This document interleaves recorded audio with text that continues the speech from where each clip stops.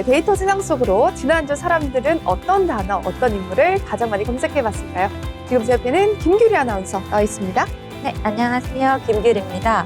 오늘 키워드 중에 두바이 쫀득쿠키와 관련된 내용이 있더라고요. 다들 두바이 쫀득쿠키 드셔보셨나요? 저는 먹어봤는데 개인적으로 맛있다라고 느껴지지는 않았어요. 나이가 좀 있어요. 저는 이게 열기가 뜨겁잖아요. 그래서 저도 1시간 정도 줄 서서 먹어봤는데 저는 맛있던데요. 근데 집에서 만들어 먹어도 괜찮을 것 같아요.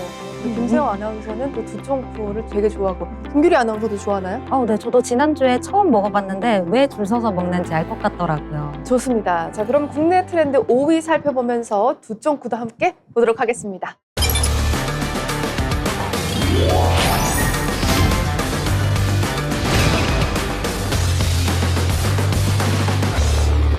네, 안성재입니다. 우리 식백요리사 심사위원으로 참여했던 미슐랭 3스타 출신의 셰프가요, 딸과 함께 두바이 쫀득쿠키 영상을 만들었는데 그게 상당히 화제가 됐죠.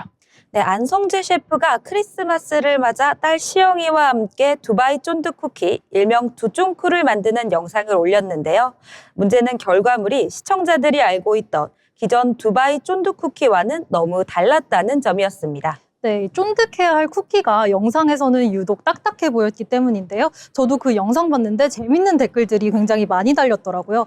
이게 어떻게 두쫀쿠냐, 두바이 딱딱 강정이다 등 안성재 셰프를 장난스럽게 비난하는 댓글이 무려 14,000개나 달렸습니다.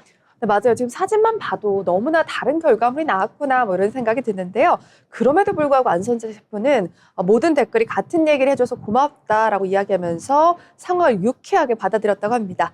하지만 결국 영상을 다시 올렸는데요. 썸네일이 재밌었어요. 두바이 쫀득쿠키 AS 영상이라고 올렸죠. 네, 그렇습니다. 이번에는 딸 시영이의 의견을 반영해 진짜 쫀득한 두바이 쫀득쿠키를 만들었는데요. 다행히 네티즌들의 반응이 좋았습니다. 네, 영상 속에서 안성재 셰프는 아빠가 미안해, 잘 몰랐어 라며 먼저 사과했고요. 시영이는 아빠가 만들어주는 건 다 맛있어 라며 영상을 훈훈하게 마무리했습니다. 맞습니다. 해당 영상은 하루 만에 무려 500만 뷰를 돌파하기도 했었죠. 굉장히 화제였는데, 자, 그가 운영하는 식당 모수와 관련해는 또 논란이 있었다고 들었습니다.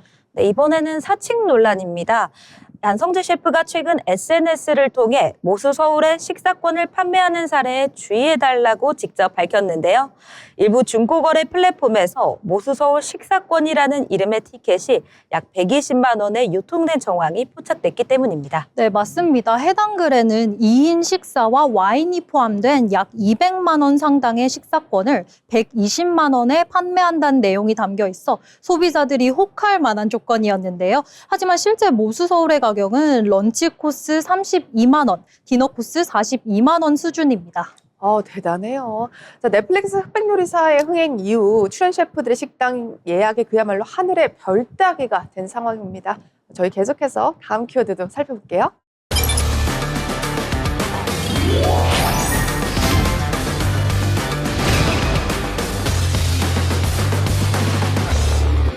네, 다이나믹 듀오의 멤버이자 힙합씬을 대표하는 노익장 개코 씨가요, 결혼 14년 만에 이혼을 발표했습니다.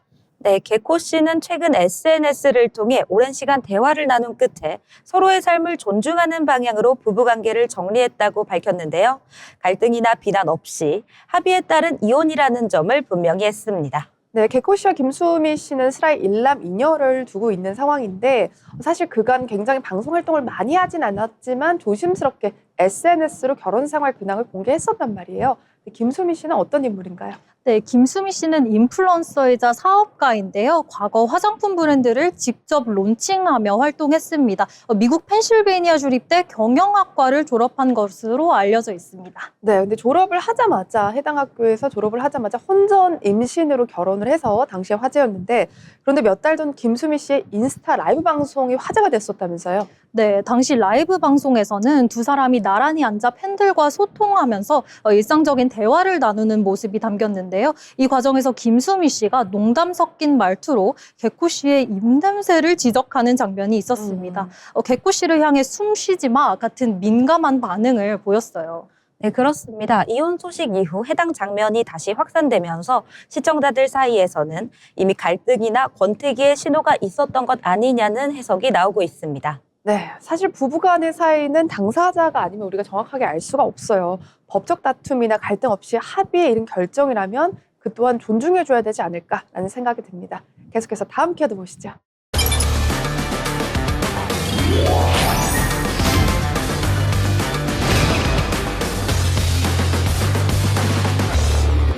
네, 3위 백대현입니다. 윤석열 전 대통령의 1심 판결을 직접 선고한 인물로 최근 법조계 안팎에서 가장 큰 주목을 받고 있죠. 네, 백대현 판사는 서울중앙지방법원 형사비 35부 재판장인데요. 지난 16일 윤석열 전 대통령의 체포방해와 직권남용 혐의 1심 선고 공판에서 윤 전 대통령에게 징역 5년형을 선고했습니다. 네, 이번 사건은 혐의가 여러 갈래로 이제 얽혀있는 쟁점이 복잡한 사안이긴 한데요. 당시 선고 과정도 상당히 인상적이었습니다.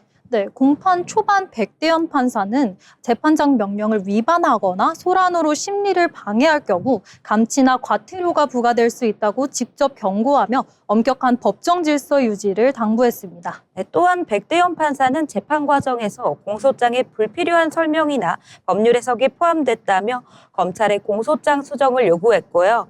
변호인이 증인에게 유도 질문을 하자 법 해석은 재판부의 몫이라며 이를 차단하는 등 재판의 초점을 사실관계와 쟁점 판단에 맞췄습니다. 네, 맞습니다. 윤 전 대통령 측이 방어권 침해를 이유로 선고 기일 연기를 요청했는데 이 또한 받아들여지진 않았죠. 네, 그렇습니다. 윤 전 대통령은 선고기일 지정이 방어권을 침해한다며 선고 연기를 요청했지만 재판부는 이미 증거가 충분히 제출됐고 추가 지연 사유가 없다고 밝혔습니다.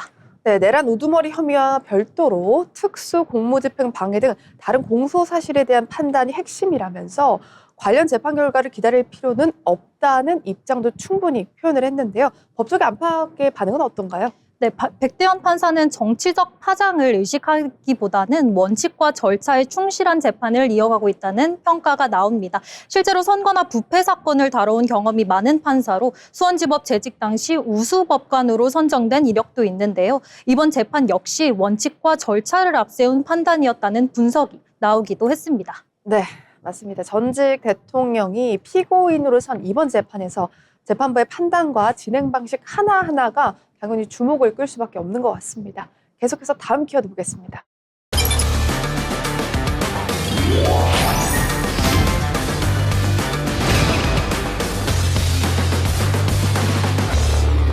네, 미세먼지예요. 지난주 하늘은 정말 그야말로 회색 먼지에 갇혔다라고 느낄 만큼 정말 뿌연 하늘이 가득했었는데요.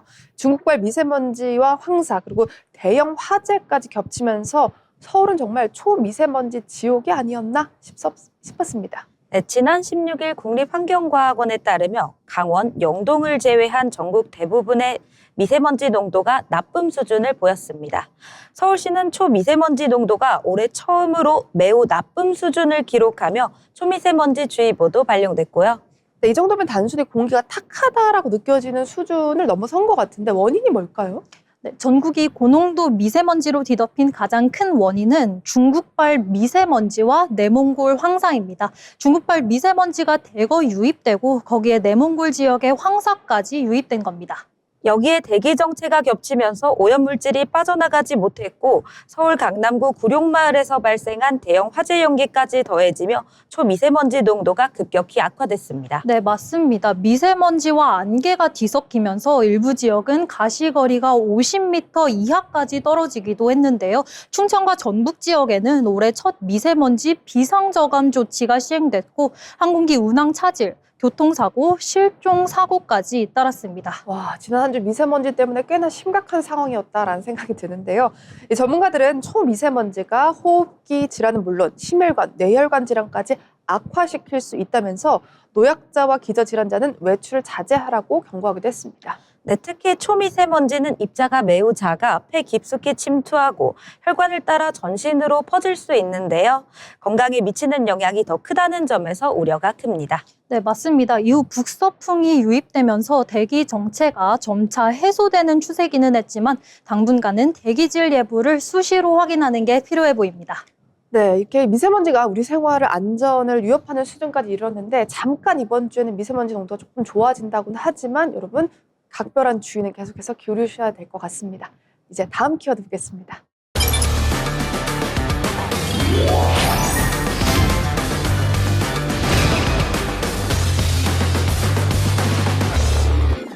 네, 1위 키워드 연말정산 간소화입니다. 연초마다 검색창을 달구는 화제의 키워드죠. 네, 국세청 연말정산 간소화 서비스가 1월 15일부터 개통되면서 국내 검색량이 20만 건을 돌파했습니다. 연말정산이 간소화되면서 홈택스를 통해 각종 공제 증명 자료를 한 번에 조회하고 환급액이나 추가 납부액을 미리 확인할 수 있기 때문인데요. 네, 맞습니다. 또한 올해는 기존 42종에서 3종이 추가돼 총 45종 자료가 제공됩니다. 새롭게 포함된 항목은 발달 재활 서비스 이용 증명, 장애인 활동 지원급여 본인 부담금, 수영장 체력 단련장 등 문화체육시설 신용카드 사용 금액입니다. 네, 이번 개편으로 인해서 간소화 서비스를 통해서 바로 확인할 수 있게 되면서 편의성이 크게 높아졌습니다. 더 이상 거동이 불편한 장애인이나 보호자가 직접 기관을 찾아갈 필요가 없어진 거죠. 네, 맞습니다. 이외에도 부양가족 공제 기준도 달라졌는데요. 지난해까지는 상반기 소득만 기준으로 부양가족 공제 여부를 판단했지만 올해부터는 10월까지 신고된 소득을 모두 반영합니다. 그렇습니다. 다만 1월에서 12월 소득은 추가 확인이 필요하고요. 소득 기준을 초과했거나 2024년 12월 30일 이전 사망한 부양가족 자료는 제공되지 않는다고 합니다. 그 때문에 부양가족 소득 기준 초과, 맞벌이 부부의 자녀 중복 공제 같은 오류가 발생하기도 했죠. 네, 맞습니다. 그래서 이번 국세청에서는 AI 전화 상담, 홈택스 생성형 AI 챗봇 같은 인공지능 서비스를 도입하며 안내를 강화했는데요. 이를 통해 24시간 대응이 가능해졌습니다. 네, 근데 홈택스에서 연말정산 자동 계산을 하더라도 모든 항목이 다 들어가는 건 아니라면서요? 네, 그렇습니다. 미취학 아동 학원비, 월세 등 간소화 서비스에 포함되지 않는 자료는 관련 기관에서 증빙을 직접 발급받아 회사에 제출해야 공제받을 수 있습니다.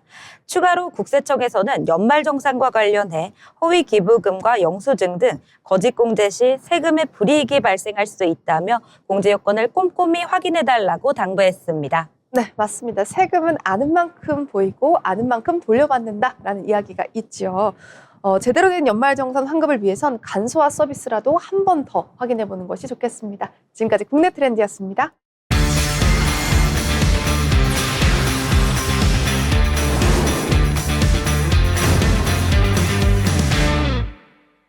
데이터 세상 속으로 해외 트렌드. 지난 한 주 해외에선 어떤 단어를 가장 많이 검색했을까요? 5위부터 살펴보시죠.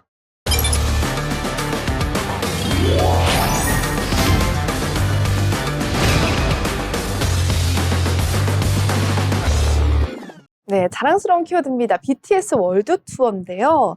완전체 복귀 소식이 이 투어의 일정과 새 앨범 발매까지 공식화되면서 전 세계 팬들의 기대감이 최고조에 이르고 있다면서요? 네, BTS 2026 월드 투어는 올해 4월 9일 고양 스타디움 공연을 시작으로 내년 초까지 이어지는 장기 일정으로 확정됐는데요. 아시아부터 북미, 유럽, 남미, 호주까지 70회 이상 공연이 예고됐습니다. 와, 엄청납니다, 정말. 이번 월드 투어는 군복무를 마친 진, 제이홉, RM, 지민, 뷔, 정국, 그리고 사회복무요원으로 대체 복무를 마친 슈가까지 멤버 전원이 합류한다고 합니다.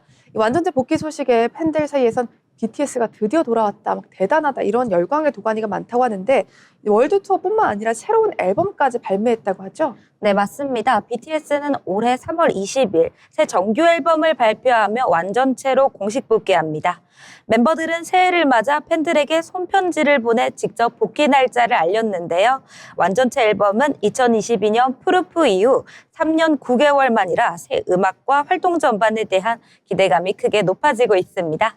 팬들만큼이나 멤버들 본인도 정말 복귀를 기다렸을 것 같은데 복귀 소감 하나하나가 너무나 따뜻하다면서요. 네, 맞습니다. BTS의 리더 RM은 그 누구보다 간절히 기다렸다며 컴백을 앞둔 기대감을 드러냈고요. 멤버 진 씨는 열심히 활동하겠다는 다짐과 함께 공백기 동안 기다려준 팬들에게도 감사의 마음을 전했습니다. 네, 이 오랜 기다림 끝에 완전체로 복귀한 BTS 또 어떤 새로운 역사를 써나갈지 기대가 됩니다. 계속해서 다음 키워드 보시죠.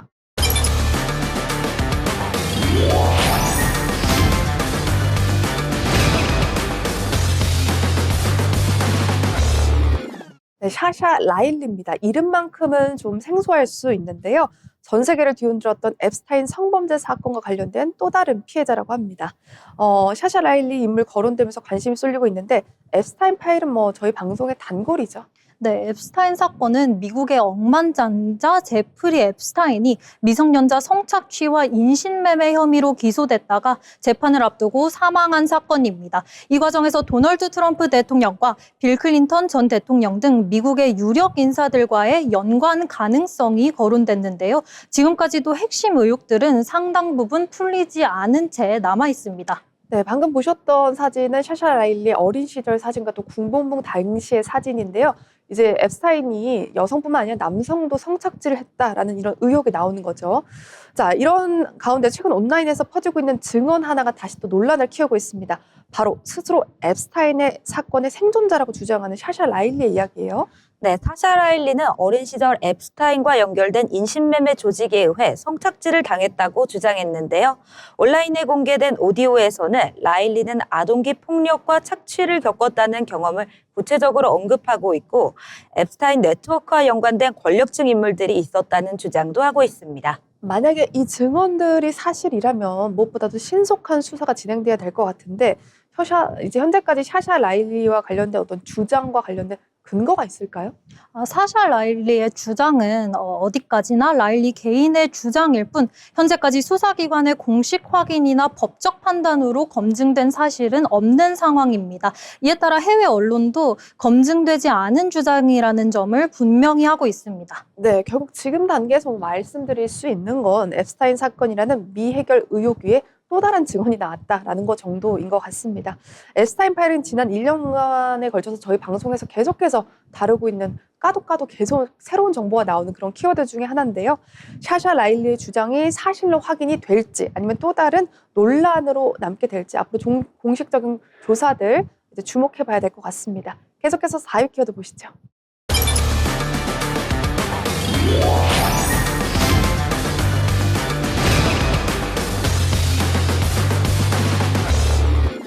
네, 베티 조 헛입니다. 또 익숙하지 않은 인물인데 미국 배우 토드 브리지스의 아내로 알려진 인물인데요. 최근 두 사람 사이에서 결별 소식이 알려지면서 화제입니다. 네, 토드 브리지스는 80년대 시트콤 디프런트 스트록스에서 윌리스 잭슨 역으로 사랑받았던 아역 출신 배우인데요. 그의 아내 베티 조 허쉬는 디자이너이자 사진작가로도 알려진 인물입니다. 현재 60세인 브리지스와 40대 중반인 허쉬는 비교적 늦은 나이에 결혼해 화제가 됐지만 결혼 생활은 오래 이어지지 못했는데요. 브리지스는 지난 14일 공식 입장을 통해 허쉬와의 이혼 소식을 밝혔습니다. 네, 인종이 다른 두 커플이 상당히 늦은 나이에 만났는데 굉장히 또 빨리 이혼을 하게 됐습니다.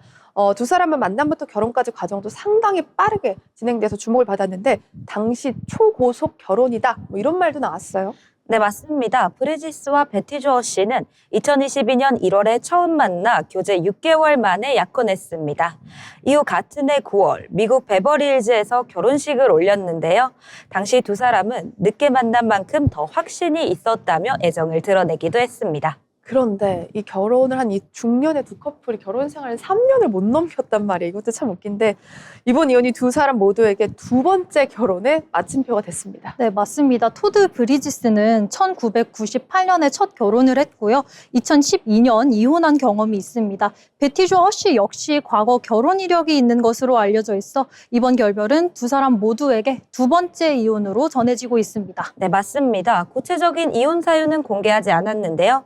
브리지스는 많은 기도 끝에 어려운 결정을 내렸다고 밝히며 무거운 마음이지만 우리가 함께한 시간에 대한 감사함은 남아있다며 서로의 앞날을 존중해달라고 전했습니다.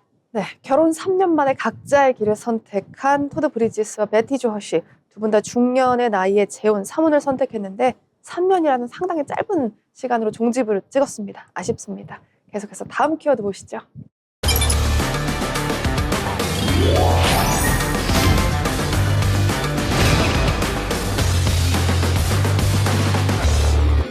네, 미국 정치 뉴스에서 들리고 있는 단어입니다. 반란법인데요. 최근 트럼프 대통령이 이 법을 실제로 작동시킬 수도 있다라는 발언을 하면서 또 화제가 되고 있습니다. 네, 반란법은 1807년에 만들어진 법인데요. 폭동이나 대규모 혼란 시 대통령이 군을 투입할 수 있도록 한 제도입니다. 현역 군인이나 주방위군을 시위 진압에 쓸 수 있어서 미국에서는 최후의 수단으로 여겨지고 있고요. 최근 수십 년 동안 실제로 발동된 적은 없습니다. 네, 그런데 이 법이 다시금 주목을 받고 있는 어떤 이유 중에 하나는 최근 미네소타 미니애폴리스 시위가 격해지고 있기 때문입니다. 지난주에 저희가 다뤘던 1위 키워드죠. 러너의 니콜 굿과 관련된 사건인데요. 이민 단속 작전 중 아이스 요원의 총격으로 미국 시민이 숨졌단 말이에요. 이후 트럼프 대통령은 차량으로 요원을 들이받은 데에 대한 정당방위다라고 죽음을 설명했고요. 또 반대쪽에서는 이것은 이민 단속국의 과잉 대응이다라고 이제 이야기를 하면서 비판이 점점 커지면서 전국적으로 시위가 되고 있는 상황입니다. 네, 맞습니다. 미니애폴리스에서는 이민 세관 단속, 아이스의 불법 체류자 단속 과정에서 주민 한 명이 총에 맞아 숨지는 사건이 발생했죠. 이후 과도한 단속을 중단하라는 시위가 시작됐는데요. 시위가 점점 격해지면서 경찰과 시위대가 충돌하는 상황까지 이어졌습니다. 네, 이런 상황 속에서 트럼프 대통령이 직접 반란법에 대한 언급을 했단 말이죠. 그리고 정부의 대응 수위를 둘러싼 논란이 커진 건데 정확하게 그러면 어떤 이야기를 한 건가요? 네, 트럼프 대통령은 SNS를 통해 주정부와 민주당 정치인들이 질서를 지키지 못하면 반란법을 작동시키겠다라고 공개적으로 경고했습니다. 백악관도 대통령에게 있는 합법적인 권한이라며 가능성을 열어뒀고요. 다만 아직 실제로 법을 발동한 것은 아니고 현재로서는 강한 압박성 발언으로 해석되고 있습니다. 네, 거의 모든 발언을 SNS를 통해서 하고 있는 그런 대통령인데요. 군을 국내 시위 진압에 투입할 수 있는 법을 대통령이 직접 언급했다는 것만으로도 미국 사회가 굉장히 민감하게 반응하고 있는 상황입니다. 이 트럼프 대통령의 경고가 실제로 이어질지 아니면 정치적 압박에 그칠지 앞으로의 흐름 지켜보도록 하겠습니다. 자, 그러면 1위 키워드 보시죠.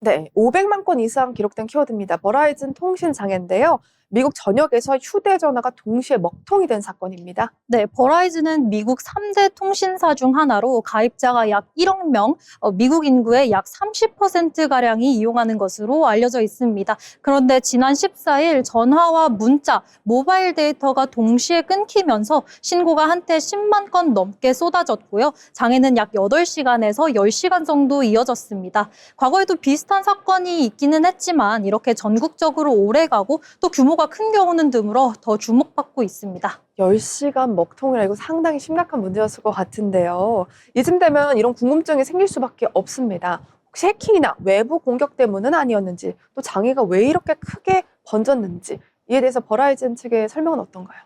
버라이즌은 이번 통신 장애가 사이버 공격은 아니며 내부 소프트웨어 오류 때문이라고 밝혔는데요. 네트워크 시스템을 업데이트하는 과정에서 문제가 발생했고 그 여파가 핵심 통신망 전체로 번졌다는 설명인데요.